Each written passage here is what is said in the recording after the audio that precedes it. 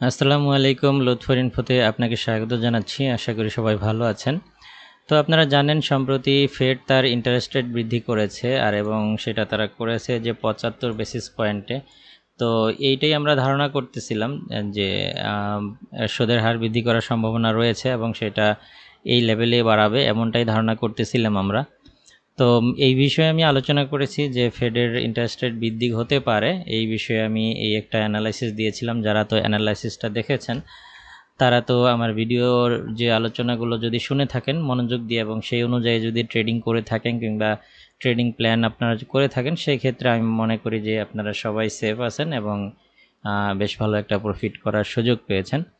তো যারা এখনও ভিডিওটি দেখেননি তারা এই ভিডিওটা দেখে আসতে পারেন এবং এই ভিডিওতে আলোচনা করার টপিকগুলোর সাথে বর্তমানে মার্কেটের কি পরিস্থিতি সেটাও মিলিয়ে দেখতে পারেন। তো যাই হোক, এই যে ফেড তার ইন্টারেস্ট রেট বৃদ্ধি করলো, এর ফলে পরবর্তী আমাদের ট্রেডিং প্ল্যান কী হওয়া উচিত এবং যে চলতি যে মাসটা রয়েছে এই মাসে আরও কোনো বড় ধরনের নিউজ রয়েছে কিনা ইত্যাদি বিষয়গুলো নিয়ে আজকের ভিডিওতে আলোচনা করব। তো আপনি যদি সিরিয়াসলি ফরেক্স মার্কেট থেকে টাকা পয়সা ইনকাম করতে চান তাহলে অবশ্যই এই ভিডিওটা আপনাকে অনেক বেশি হেল্প করতে পারে। তো আপনারা যদি একটু লক্ষ্য করে দেখেন তাহলে দেখবেন যে আমার চ্যানেলে আমি একটু অ্যানালাইসিস শেয়ার করার ক্ষেত্রে ফান্ডামেন্টাল অ্যানালাইসিসের দিকে একটু জোর বেশি দিই, কারণ আমি লক্ষ্য করে দেখেছি বাংলায় ফান্ডামেন্টাল অ্যানালাইসিস নিয়ে কেউ খুব বেশি কথাবার্তা বলে না। তো আমি মনে করি যে এই জায়গাটায় একটু গ্যাপ রয়ে গেছে। তো আমি আমার ভিডিওগুলোর মাধ্যমে যদি একটু নতুন ট্রেডারদেরকে fundamental analysis plus technical analysis দিয়ে একটু যদি হেল্প করতে পারি, তো সেই জায়গাটা থেকেই আসলে আমার মানে এই ভিডিওগুলো করা। তো আমি জানি না আসলে আপনাদের কতটুকু হেল্প হচ্ছে। তো এই বিষয়ে যদি আপনার মানে ন্যূনতম হেল্প হয়ে থাকে আপনি কমেন্ট বক্সে সেটা লিখে জানাতে পারেন। তো যেমনটা বলছিলাম যে আমি আমার এই ভিডিওটা যদি আপনারা দেখেন তো এখানে আমি আলোচনা করেছিলাম যে ফেড যদি তার ইন্টারেস্ট রেট বৃদ্ধি করে তাহলে কি হতে পারে। তো বলতে পারেন এটা এক প্রকার বিফোর আফটার অ্যানালাইসিস। তো এইখানে আমি সেদিন ডেইলি চার্ট নিয়ে আলোচনা করেছিলাম, তো আজকেও আমি ডেইলি চার্ট নিয়ে কথা বলতে চাই। তো দেখুন, যেমনটা বলছিলাম আপনারা ওই ভিডিওটা দেখলে বুঝবেন যে এই যে আমি লাইনগুলো ড্র করেছি এই লাইনগুলো সেদিনকারই ড্র করা, অর্থাৎ ফেড তার ইন্টারেস্ট রেট বৃদ্ধি করার আগের দিনে ড্র করা। তো আমি সেদিন এই জায়গাটাই বলেছিলাম যে যারা এখনও মনে করতেছেন যে এখানে ইউএসডিতে একটা স্ট্রং সাপোর্টে রয়েছে, হয়তো বা ফেডের নিউজের দিন কিংবা এখান থেকে একটা ব্রেকআউট হবে এই দিকটায়, মানে যারা এমনটা মনে করতেছিলেন, তো আমি কিন্তু সেদিন এটা আপনাদেরকে অ্যালার্ট করেছিলাম যে না, এরকমটা হওয়ার সম্ভাবনা খুবই কম। যদি ফেড তার ইন্টারেস্ট রেট বৃদ্ধি করে তাহলে এখান থেকেও মার্কেট নতুন ট্রেন্ড শুরু করতে পারে এবং মার্কেট সেটা ব্রেকআউট দিতে পারে। তো আপনারা যদি দেখেন সেটাই কিন্তু হয়েছে। আমি কিন্তু এই লাইনগুলো এখন ড্র করতেছি না, এটা সেদিনকারই ড্র করা। তো এখানে দেখবেন যে ডেইলি চার্ট যদি আমরা একটু দেখি তাহলে দেখুন এখানে কি হয়েছিল। ফেড ইন্টারেস্ট রেট বৃদ্ধি করার ফলে ওই দিনই মার্কেটটা ডাউন হয়েছে এই পর্যন্ত, অর্থাৎ এই সাপোর্ট জোনটা সেদিন ভেঙে দিয়েছে মার্কেট এবং ভেঙে দেওয়ার পরে পরের দিন অনেক আপ ডাউন হয়েছে মার্কেটে, অনেক ভোলাটাইল ছিল পরের দিন এবং সেই দিন দেখতে পাচ্ছেন যে এইখানে কিন্তু মার্কেট তার প্রাইস রিটেস্ট করেছে। ডেইলি চার্ট অনুযায়ী মার্কেট তার প্রাইসটা রিটেস্ট করেছে এই ক্যান্ডেলটাতে। এই ক্যান্ডেলে প্রাইসটা রিটেস্ট করেছে এবং পরবর্তী আজকের দিনেও কিন্তু মার্কেট বেশ বড় ধরনের ব্যারিশ মুভমেন্ট দিয়ে কিন্তু মার্কেট ডাউনে রয়েছে। তো এই জায়গাটা থেকে দেখাই যাচ্ছে যে এখানে মার্কেট কিন্তু প্রাইস একদম রিটেস্ট করে দেন কিন্তু মার্কেট ডাউনে রয়েছে। তো এখান থেকে কিন্তু মার্কেট বুলিশ ব্রেকআউট হওয়ার সম্ভাবনা খুবই কম। তো এই জায়গাটায় আমাদের ট্রেডিং প্ল্যান কেমন হওয়া উচিত? যারা ভাবছেন যে মার্কেট এত নিচে নেমেছে এইবার তো বায়ে উঠবে, এমনটা আসলে হবে না। হয়তো বা বায়ে উঠতে পারে, অর্থাৎ বুলিশ মুভমেন্ট মার্কেট দিতে পারে, কিন্তু সেইটা খুব ছোট আকারে দিবে। হ্যাঁ, যদি বুলিশ মুভমেন্ট মার্কেট দেয় সেটা খুব ছোট আকারে দিবে। সেই ক্ষেত্রে আপনারা যদি বাই ট্রেড নেন সেটা ছোট টার্গেটের জন্য নিতে পারেন, অর্থাৎ 10 পিপস 20 পিপস এই ধরনের ছোট টার্গেট সেট করে বাই ওপেন করতে পারেন। কারণ মার্কেট যদি নিচেও নামে এটা তোর মানে এরকম মানে হুট করে নামবে না, একটা swing high swing low swing high swing low এরকম করতেই কিন্তু মার্কেট নিচের দিকে নামবে।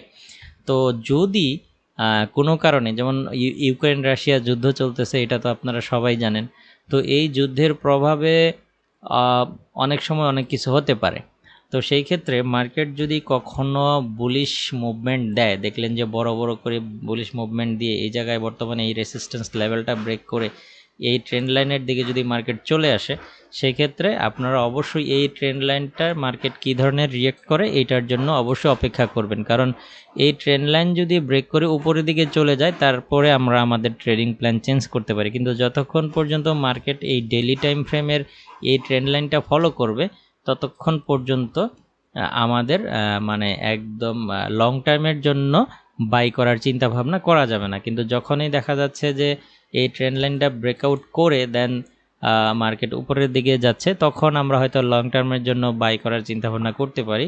তাছাড়া আমাদেরকে যদি আমরা বাই নিই ইউএসডির বিপক্ষে, সেই ক্ষেত্রে আমাদের বাই ট্রেডগুলো ছোট ছোট টার্গেট ফিক্সড করে নিতে হবে, যে কোনো সাপোর্ট জোন রেসিস্ট্যান্স জোনে হিট করলো, সেই ক্ষেত্রে আমরা ছোট একটা বাই নিতে পারি। সেই বাইটা অবশ্যই খুব অল্প টার্গেট আমাদের আসলে আমরা ক্লোজ করে দেবো, সেটা 10 পিপস 20 পিপস এরকম হলে সেই ট্রেডগুলো ক্লোজ করে দেওয়াই বুদ্ধিমানের কাজ হবে। তো এইটা ছিল একটা ব্যাপার। তাছাড়াও যদি জিবিপি ইউএসডির দিকে যদি আমরা তাকাই, এটাও আমরা ডেইলি টাইম ফ্রেমে সেদিন অ্যানালাইসিস করেছিলাম। তো এই যে লাইনগুলো টানা দেখতেছেন এটাও কিন্তু সেদিনকারই টানা। যারা আমার এই ভিডিওটা, আবারও বলতেছি, এই ভিডিওতে আমি এই বিষয়ে পুরো আলোচনা করেছি, যারা এই ভিডিওটি দেখেননি দেখে আসলে দেন আজকের ভিডিওতে আমি যেই কথাবার্তাগুলো বলতেছি এইটা আপনারা বুঝতে পারবেন। তাছাড়া যারা আজকের ভিডিওটাই দেখছেন তারা আসলে খুব ভালোভাবে বুঝতে পারবেন না। তো আমি অনুরোধ করব যে ওই ভিডিওটা সম্পূর্ণ দেখে আসুন।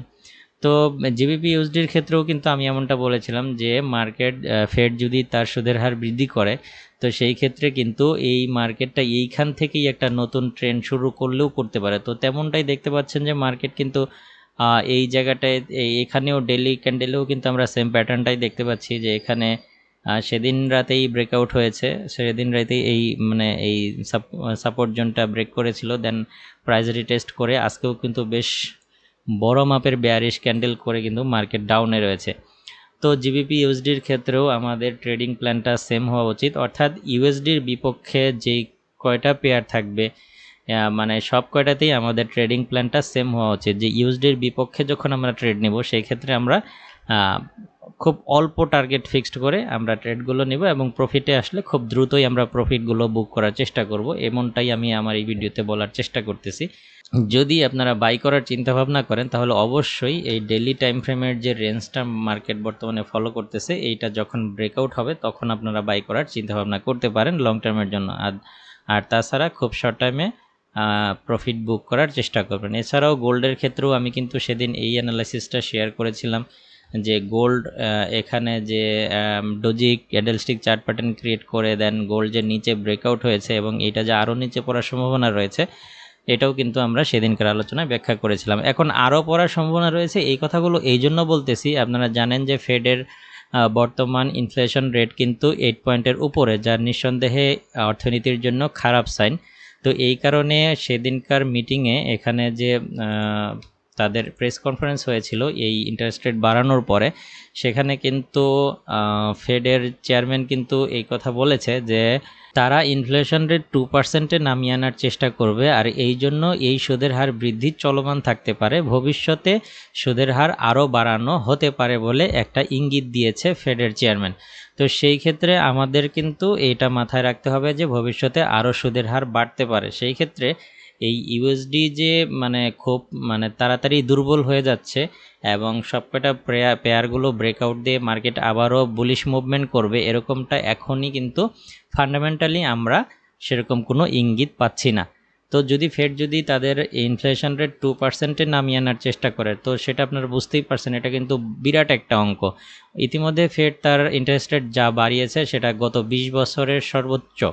তো আর ইনফ্লেশন রেট যদি 2%-এ নামিয়ে আনার চেষ্টা করে তাহলে কিন্তু তারা ভবিষ্যতে আরও সুদের হার বৃদ্ধি করবে, আর এটা অবশ্যই অন্যান্য দেশের অর্থনীতির জন্য খুবই খারাপ একটা ইঙ্গিত দেয়।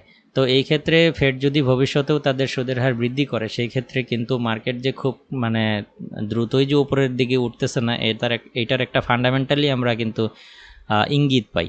তো এখন যেহেতু যুদ্ধকালীন সময় চলতেছে, এই যুদ্ধের ফলে মার্কেটে অনেক কিছুই হতে পারে।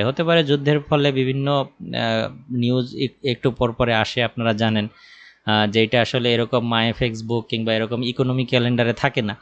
তো সেই ক্ষেত্রে মার্কেটে বড় ধরনের যদি মুভমেন্ট হয় সেটা ভিন্ন ব্যাপার, কিন্তু আমরা যেটা অর্থনৈতিক এই ক্যালেন্ডারগুলোতে যেইভাবে দেখি সেইখানে এখনই যে মার্কেট মানে বুলিশ মুভমেন্ট করতেছে না, এটার একটা গুড মানে ইঙ্গিত কিন্তু আমরা পাই। তো সেই ক্ষেত্রে এই জন্য আমি বলতেছি যে যদি আপনারা ইউএসডির বিপক্ষে বাই করার চেষ্টা করেন, সেই ক্ষেত্রে সেটা খুবই ছোট টার্গেট নিয়ে, অর্থাৎ ইউরো ইউএসডি, জিবিপি ইউএসডি, হ্যাঁ, এই সমস্ত পেয়ারে, অর্থাৎ যেখানে আপনি ইউএসডির বিপক্ষে ট্রেড করবেন বাই ট্রেডগুলো, সেখানে আপনি অবশ্যই ছোট টার্গেট ফিক্সড করে যদি প্রফিট আসে নিয়ে নেওয়াটাই বুদ্ধিমানের কাজ হবে। আর সেই ক্ষেত্রে ওই ধরনের চার্টে যদি আপনি লং টার্মের জন্য বায়া যান, সেই ক্ষেত্রে এই ধরনের ফান্ডামেন্টাল নিউজ কিংবা টেকনিক্যালি যে লং একটা তারা মানে ডেইলি চার্টে আমরা যে ট্রেন্ড লাইনগুলো দেখতে পাচ্ছি ওইগুলো ব্রেকআউট হলে আপনি সেই ধরনের চিন্তাভাবনা করতে পারেন। তো এছাড়াও আমি কিন্তু ডলার ইন্ডেক্স নিয়েও কথা বলেছিলাম, এবং আপনারা জানেন সেদিন যারা আমার ভিডিওটা দেখেছেন তারা বুঝতে পারছেন যে এই এস4-এর চার্টটা আমরা সেদিন অ্যানালাইসিস করেছিলাম। তো এই এস4-এর চার্ট অনুযায়ী সেদিন কিন্তু এইখানে ডলার ইন্ডেক্স কনসলিডেশন একটা মুভমেন্টের ভিতরে ছিল। তো আমি এটাও বলেছিলাম যে যদি ডলার রেট বৃদ্ধি করা হয়, অর্থাৎ ফেডের ইন্টারেস্ট রেট বাড়ানো হয়, সেই ক্ষেত্রে এখান থেকে আমরা একটা বুলিশ মুভমেন্ট দেখতে পাবো, এবং এটা কিন্তু আমরা আজকের দিনে দেখতে পাচ্ছি। এটা খুবই বড় ধরনের একটা বুলিশ মুভমেন্ট কিন্তু ইউএস ডলার দিয়েছে। তো এই ক্ষেত্রে আপনারা যদি এখানে দেখেন যে এখানে প্রাইস রিটেস্ট যেদিন সুদের হার বাড়ানো হয় সেদিন এই রেসিস্ট্যান্স লেভেলটা ব্রেক করে, এবং পরের দিন এখানে এসে কিন্তু এই ক্যান্ডেলটা প্রাইস রিটেস্ট করে গেছে। আপনারা যদি দেখেন যে এই যে এখানে এই ক্যান্ডেলটা এই দিকটায় এসে এই রেসিস্ট্যান্স, এটা যখন বর্তমানে এখন সাপোর্ট জোন, বাট এটা যখন রেসিস্ট্যান্স ছিল তখন এটা রিটেস্ট করে গিয়ে কিন্তু প্রাইস কিন্তু এখন প্রচণ্ড বুলিশ একটা মুভ দিয়েছে। তো এই ক্ষেত্রে আমরা বলতেই পারি যে এটা একটা ক্লিয়ার এখানে একটা ব্রেকআউট হয়েছে। তো সব কিছু মিলে এখন পর্যন্ত আমরা মার্কেট আপ হওয়ার কোনো সম্ভাবনা ওইভাবে দেখতেছি না। সেই ক্ষেত্রে ওই যে বললাম একেবারে যে আপ হবে না, ব্যাপারটা তেমন না। সাপোর্ট রেসিস্ট্যান্সে হিট করার পরে মার্কেট কিছুটা হলেও তো রিট্রেস করবে। তো ওই রিট্রেসের সময় আপনারা বাই ট্রেডগুলো নিতে পারেন, হ্যাঁ। আর টার্গেটগুলো অবশ্যই ছোট থাকাই বুদ্ধিমানের কাজ হবে। তো তারপরে আমরা যদি একটু ইকোনমিক ক্যালেন্ডারের দিকে লক্ষ্য করি, তাহলে আমরা এই সেপ্টেম্বর মাসে আর তেমন কোনো গুরুত্বপূর্ণ নিউজ দেখতে পাচ্ছি না। অলরেডি তো আজকে 23 তারিখ, আগামী 2 দিন মার্কেট বন্ধ থাকবে। তো পরবর্তী দিনগুলোতেও আমরা আসলে খুব বেশি ইকোনমিক ক্যালেন্ডারে তেমন কোনো নিউজ দেখতে পাচ্ছি না। তারপরে যদি এর মাঝে ফান্ডামেন্টালি কোনো নিউজ ওইভাবে পাই, বাহিরের সাইড থেকেও যদি কোনো নিউজ পাই, অবশ্যই আমার চ্যানেলে আপনারা সেটা দেখতে পাবেন। আমি অ্যালার্ট দেওয়ার চেষ্টা করব এবং সেটা নিয়ে আলোচনা করার চেষ্টা করব। এছাড়াও টেলিগ্রাম চ্যানেলে যারা রয়েছেন তারা তো জানেনই আমি ওই সময়টাতেও অ্যালার্ট করেছি। তো যারা এই বিষয়ে অ্যালার্ট পেতে চান তারা অবশ্যই তো টেলিগ্রাম চ্যানেলে জয়েন হয়ে নেবেন। আমি অবশ্যই টেলিগ্রাম চ্যানেলের মাধ্যমে আপনাদেরকে সাপোর্ট দেওয়ার চেষ্টা করতেছি। তো সব কিছু মিলিয়ে এই ছিল আজকের অ্যানালাইসিস, ফান্ডামেন্টাল নিয়ে কিছু কথাবার্তা বললাম। যদি এই বিষয়ে আপনার কোনো মতামত থাকে কিংবা আপনার কাছে যদি কোনো তথ্য থাকে ফান্ডামেন্টালি, অবশ্যই শেয়ার করতে পারেন, কমেন্ট বক্সে লিখতে পারেন আপনার মতামত। তো আজকের ভিডিওটা এখানেই শেষ করছি। দেখা হবে পরবর্তী কোনো ভিডিওতে অন্য কোনো টপিক নিয়ে। সবাই ভালো থাকবেন। আল্লাহ হাফেজ।